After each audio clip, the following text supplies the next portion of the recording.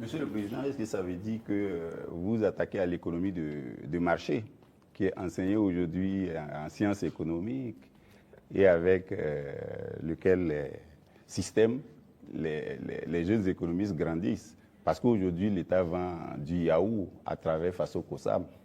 Vous avez annoncé les Fasoyards. On se demande quand vous allez ouvrir les premières boutiques. Tout ça, vous prenez progressivement la place du privé. On ne sait pas quand ça va s'arrêter. D'abord, j'ai dit au ministre de l'enseignement supérieur de me changer. D'abord, la carte universitaire a changé, mais le curricula de changer tout. Pourquoi on doit forcément apprendre leur manière de faire l'économie? On n'est pas en mesure de créer. Est-ce que c'est Dieu qui est descendu, encore, comme j'aime le dire, créer, asseoir des gens, créer l'école? Ce sont des gens qui ont inventé, qui ont créé des concepts et qui ont créé l'école. Ce sont des êtres humains qui ont créé l'école. Donc, qui ont mis des programmes, ainsi de suite. Le programme aux États-Unis est différent du programme en France, différent du programme en Angleterre, ainsi de suite. Chacun a sa manière d'enseigner sa population pour atteindre le niveau qu'on souhaite. Donc, nous aussi, on va créer notre modèle. Justement, c'est ce qui nous met en retard. Malheureusement, notre modèle d'école n'est pas bien. On a pris pour les autres, adapté, et finalement, on forme quoi? Ok, on forme beaucoup d'économistes dans ce concept. Mais est-ce que ça marche?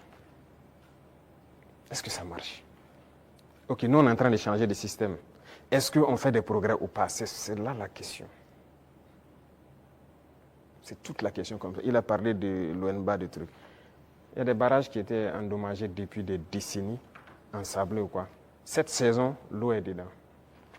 C'est par notre système qu'on est arrivé à remettre en œuvre ces barrages-là. Les populations vont produire, pendant la saison pluvieuse, vont produire toute l'année et ils sont bien contents. Et ils ont de l'eau potable aussi, à travers l'ONEA, par ces barrages-là pour boire. Et on va continuer comme ça. Est-ce qu'on fait ça ou bien on s'assoit, on dit non, tout doit être pour le privé? Et d'abord, cette question du privé, il y a des gens qui avaient une mentalité rétrograde, encore politicienne. Et nous avons dit aux gens de changer. Vous avez bien suivi les sorties de certains ministres. Ok, on vous donne un chantier, vous prenez l'avance de démarrage et tout, et vous faites ce que vous voulez. On vous donne un chantier de bas-fond. Dans le contrat, vous devez finir en mai pour que les paysans puissent accéder au bas-fond et puis cultiver. Vous prenez votre avance et vous baladez, vous faites ce que vous voulez. En avril, on passe, on regarde, vous n'avez rien fait. Vous dites non, non, non, vous partez à votre rythme, c'est comme ça. On vous contraint, vous finissez le bas-fond. Il y en a qui ont travaillé, il y en a même qui travaillent de nuit jusqu'à aujourd'hui pour atteindre les objectifs. Pas qu'ils ne peuvent pas, mais c'est une mentalité.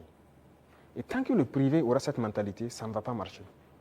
Moi, je vous ai dit qu'on a près de 1000 ans de retard même. Il faut rattraper. On est dans les années 1000, à la rigueur 1800. Il faut rattraper le retard, mais on ne peut pas continuer avec cette mentalité. Donc, on invite les gens à changer et à s'adapter. Vous parlez des yaourts, par exemple. Est-ce que le marché est saturé? Non. On importe. J'aimerais voir les privés rentrer dans le yaourt. Pourquoi on n'importe plus? Nous avons pris des textes pour dire que lorsque quelque chose se produit au Burkina Faso, pour pouvoir importer, il vous faut une autorisation spéciale d'importer. Ce qui stipule que vous devez payer ce qui est à l'intérieur. Lorsqu'il y a le manque maintenant, on vous autorise à importer. Voilà pourquoi les gens sont en train, vous voyez que beaucoup de privés sont en train d'ouvrir des usines et tout ça. Et si on ne passait pas par cette méthode, comment on va faire? Il y a le grand moulin du Faso qui est là. Bon, il faudra qu'on est en train de restructurer tout ça. Mais parallèlement à ça, on a obligé les grands importateurs à ouvrir des moulins. Moi-même, j'ai été inauguré la dernière fois de l'autre côté. C'est l'un des plus grands importateurs. Quand on a dit on va suspendre l'importation, mais il n'était pas content, il a tout ici. On a dit c'est ce qu'on va faire. Soit vous adaptez, ou bien l'État va prendre en compte. Mais ils le font. Mais est-ce qu'on arrive à satisfaire? Il y a la place. On a de la population, on a un grand marché, un marché immense, au Burkina et en Afrique. Mais les gens n'ont qu'à s'adapter, produire. Donc il y aura toujours de la place. Ne pensez pas que forcément on a pris la place du privé, non. Il y a la place. Vous allez ouvrir les Fasoyards? Si, c'est nécessaire pour réguler. Parce qu'il y a cette mentalité de toujours entraîner la spéculation de certaines personnes. Non, c'est dangereux. Dernièrement, vous avez suivi le cas des motos. Malheureusement, c'est quand il y a eu la situation, on s'est rendu compte que ce n'était même pas un marché régulier. Donc rapidement, on a dû voir comment on peut réguler ce marché pour que l'importation soit suivie. Comment quelqu'un part importer des motos et il vous dit qu'il n'a pas de facture d'achat? Puisque le ministère a besoin de la facture d'achat, pour voir tout ce que vous avez payé comme douane et quoi, et vous fixez une marge à ne pas dépasser. Ils disent qu'ils n'ont pas de facture. Donc, il part payer, il vient, il fixe le prix qu'il veut et il revend aux populations. Donc, lui, il s'enrichit. Et les autres s'appauvrissent. Et généralement, quand les gens s'enrichissent, qu'est-ce qu'ils font? S'ils buvaient la braquina ici, ils ne boivent plus la braquina, c'est le champagne qu'ils cherchent. C'est l'argent qui sort. S'ils roulaient sur peut-être, je dirais, une petite cylindrée, ils cherchent maintenant une V8. Le carburant qui est subventionné par l'État, c'est ça, c'est l'argent qui sort. Donc il faut qu'on réfléchisse à l'économie. Qu'est-ce qu'on fait? Il ne faut pas laisser sortir des devises. Vous dites que vous voulez la monnaie et vous voulez continuer pour qu'on se comporte comme ça. On ne peut pas se comporter comme ça. Voilà pourquoi l'État est en train de reprendre le contrôle. Si demain, les gens s'entendent, on nous a fait des chantages. Hein.